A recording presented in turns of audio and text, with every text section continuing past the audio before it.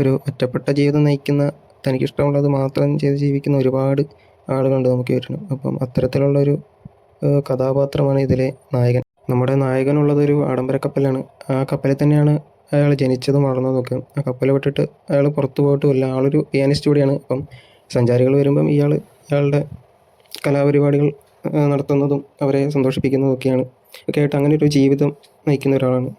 ഇയാളെ അവിടുന്ന് കൊണ്ടുപോകാനും പുറം ലോകത്തെ കാഴ്ചകൾ കാണിക്കാനൊക്കെ ആയിട്ട് ഒരുപാട് സാഹചര്യങ്ങൾക്ക് അയാളുടെ അടുത്ത് വരുന്നുണ്ടെങ്കിലും അയാൾ ആ കപ്പൽ വിട്ട് അയാൾ പുറത്ത് പോകുകയില്ല. കാരണം ആ ഒരു കപ്പൽ അയാളുടെ ഒരു ലോകമായിട്ട് തന്നെ കണ്ട് അങ്ങനെ ജീവിക്കുന്ന ഒരാളാണ്. അപ്പം ഇങ്ങനെ ഒരാളുടെ ഒരു കഥയാണ് ഈ സിനിമ പറയുന്നത്.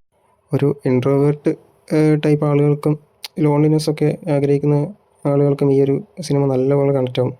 ഈ സിനിമയുടെ മേക്കിംഗ് എന്ന് പറയുന്നത് അത്രയ്ക്കും കിടിലനാണ്. ഓരോ മൊമെൻറ്റ്സും അതുപോലെ ക്യാപ്ചർ ചെയ്ത് വെച്ചിട്ടുണ്ട്. ശരിക്കും നമ്മളെ ഉള്ളിൽ തട്ടുന്ന രീതിയിലും ഒക്കെ ഒരുപാട് സീനുകളുണ്ട്. ഞാൻ തന്നെ ഇതിനകത്ത് കുറേ സീനുകൾ റിപ്പീറ്റ് അടിച്ച് കാണാറുണ്ട്. ഈ സിനിമ വളരെ അണ്ടർ റേറ്റഡ് ആയിട്ടാണ് എനിക്ക് തോന്നിയത്. ഇതങ്ങനെ അടഞ്ഞു കിടക്കേണ്ട ഒരു സിനിമയായിട്ട് എനിക്ക് തോന്നിയിട്ടില്ല.